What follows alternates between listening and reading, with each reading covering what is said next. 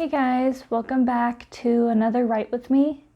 I know it's been a really long time since I've done it. I've just felt a lot of anxiety and a lot of tiredness lately, so I thought I would take a couple weeks off. But now I am back, and I have lots of progress to share with you guys. And it's all written down in my nice little notebook. It's my brainstorming notebook, where I write down all my ideas and projects, and it's come in handy so many times. So, in this part of the process, I finally did my plot sketches, which is my version of plotting. It's basically where I write down everything I know about the story and I just go from there. So the first thing I did was my plot notes. It starts on this page, and it's where I just story dumped. I wrote down all my ideas for the story. I think that's all the pages. I think it was 5 pages. Excuse me. If you've ever looked up a book or a movie on Wikipedia, how it has the plot in kind of like a expositional fashion, that's kind of what this is. I'm telling the gist of the story in expositional form. It's very helpful to get all my ideas from here onto the page so that I actually know what I know about the story and what I don't know about the story. And I found it very helpful in the past. Then once I figured that all out, I drew plot points from the plot notes and I wrote them all down in a nice list here. If you don't know what plot points are, they are hook, inciting event, first plot point, first pinch point, midpoint, or the second plot point, then the second pinch point, third plot point, climax, climactic moment, and resolution. So I wrote down all of those, including the percentages through the story that they should be. I find that very helpful, just thinking about pacing. I like using the percentages. I let myself go up to 10% from it, but even 10% is a little much, so I try to stick with like 5%. Or just go right on the dot. Sometimes I've managed that. It's kind of tricky sometimes. Anywho, so the villain for my fantasy is the typical Dark Lord, like Sauron from The Lord of the Rings. And I wanted him to have some deeper character, a backstory, why he became a Dark Lord, how he became a Dark Lord. So the next thing I did was his backstory. So I have a nicely decorated front here, just with highlighters and such. So I have this page, and then these two. So I went through a summary of his childhood, his early career, what started his journey to become a Dark Lord without intending to.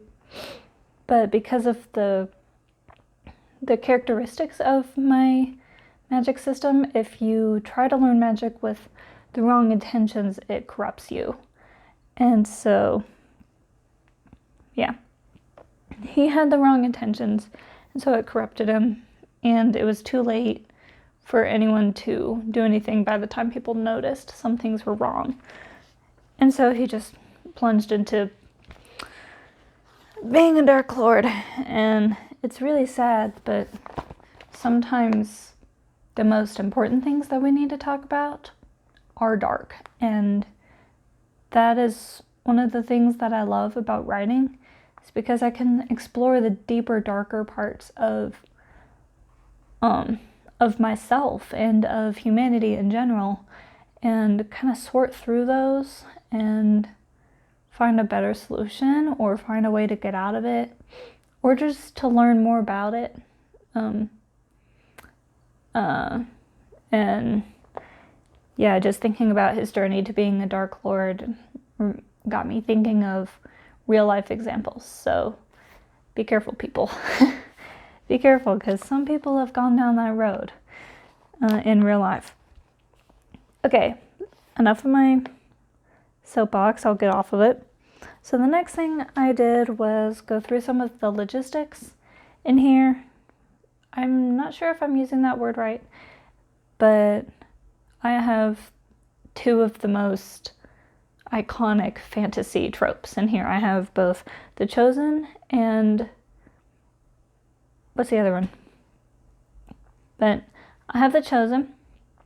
My protagonist and her companion are chosen to go on a quest. And oh yeah, that's the other trope. And I wanted to have some reasons why they were the only one who could do this one. So I made a list of why they are, and then I wrote a list of the alternatives if anyone else could do it and why it wouldn't work. And thankfully, the way my magic system works, it really played a lot into why other people couldn't do it. So here's that page. Here's why they were chosen. And here are the two alternatives to that. Someone else who could have done it. Okay, and the next one was research. So I jotted down some things that I knew I would need to research. Because the beginning of the book, since this is Portal Fantasy, it starts in 1940, I'll say 1940, in around that time period. And I did not realize at first, but it's the same year that Narnia is set in our world. I did not mean that, but I like the connection. In my previous books that I've written historical fiction, it's all been in the 1800s. So 1940s isn't my specialty, I guess you could say. I don't know very much about it. So I had a long list of things that I need to research, and I've already begun research, and so far it's gone very well. If you want to learn the stuff that I've been learning, I will link the YouTube video, the YouTube channel that I'm using. Her channel is just amazing. I think it's called Real Vintage Dollhouse, something like that, and it's really good. She talks about different vintage things from the 40s and 30s, and I've found it very informational. So if you're interested, go ahead and check her out. It's really nice. And she's very entertaining too. Alright. So I already said that I did my plot notes, just like dumped it on the page. Then I did the brief plot points. Now, this is my plot beat sketch, where I go through, give each act, because there are 3 acts usually in fiction. I gave each act its own page and wrote down the main scenes in that act. And so I have the hook up here, and its scene. Then I have a couple other scenes. Then I have the inciting event, a couple more scenes. You get the point. I did that with the second act, and the third act is on the other page. I did the same with that one too. It really helped me think more about my second act, because until I started doing this, I didn't really know much about the story while she was traveling. And so I learned a lot, have a couple more scenes figured out, but there are a lot of holes, a lot of question marks, which I like. The nice thing about this form of plotting is that it can be as strict or as loose as you want.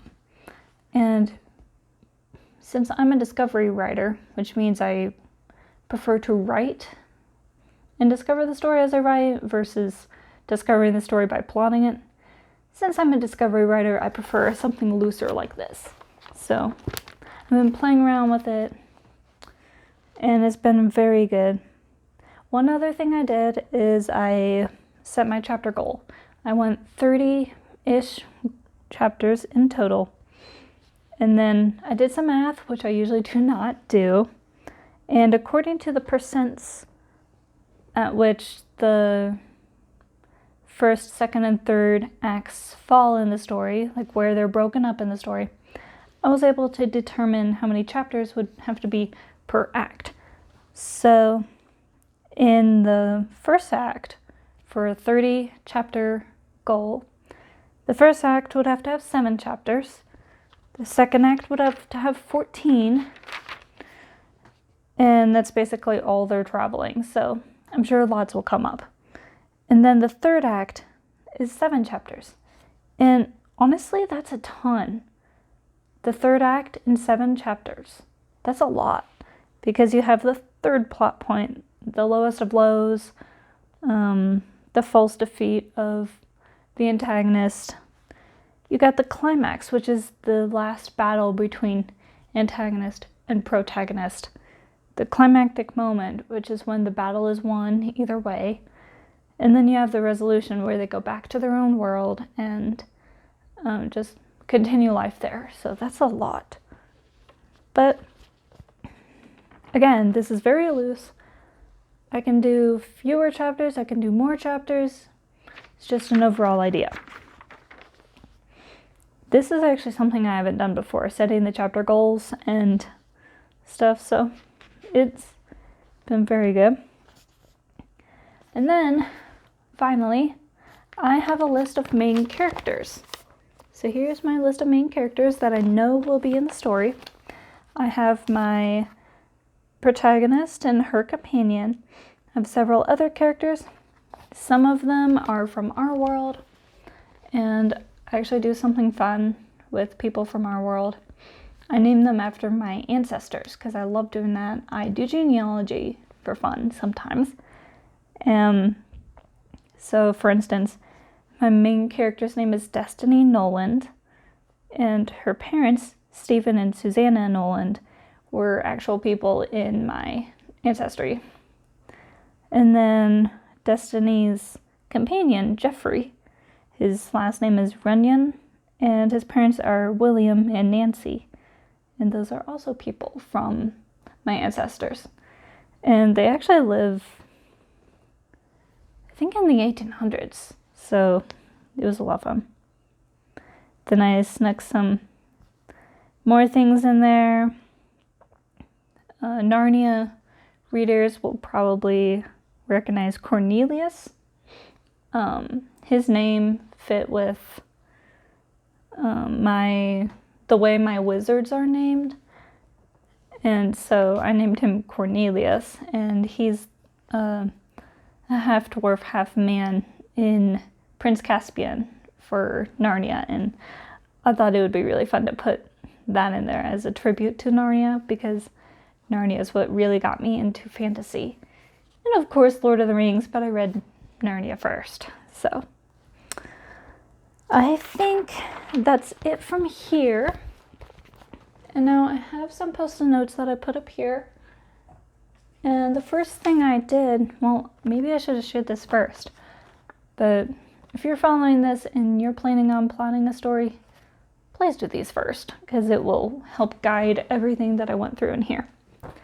So I have a premise on a post-it note here. I have a short premise and then a long one. My short premise is 17 words. It says, a boy and a girl go on a quest that will lead to a fantasy world's redemption. And then the long one, I like this one better actually. A young boy and a teenage girl from the 40s take on a quest only they can. A quest that will lead to a fantasy world's redemption. So your premise is your story at its core. It helps guide all your different decisions and things like that, and helps you stay on track. It's very important to know the base of your story in order to get anywhere, so that you're not left with a sagging middle or side quests that don't matter or add to the story. Okay. And I also have the theme, and that's also very important. I was kind of stuck on a word for the theme. Originally I thought it was fear, but it's the main character who's overcoming fear and overcoming self-doubt. So I put the theme word as confidence, and I like to use, this is very controversial among writers. Some writers prefer to have a single word to describe their whole theme. Others think it's too restrictive and they like to have a whole sentence. I kind of do both. I set the single word first, and then I have a sentence. Then I do what is called a theme square. So I put my word as confidence or courage, and then the sentence is, overcoming self-doubt is the only way to live a meaningful life. And then my theme square is this thing down here. I know it's very messy. I think I have, here we go. So this is for my story that I'm currently editing. It's called Out of the Dark, but it's a little better here. See the square? So the positive, I have it written on the back, so the positive is the story's truth. And then and in this book's case, it is forgiveness. And then the contradictory, which is right here, is the story's lie. It's the simple binary opposite to the truth. So it's like the antagonist-ish.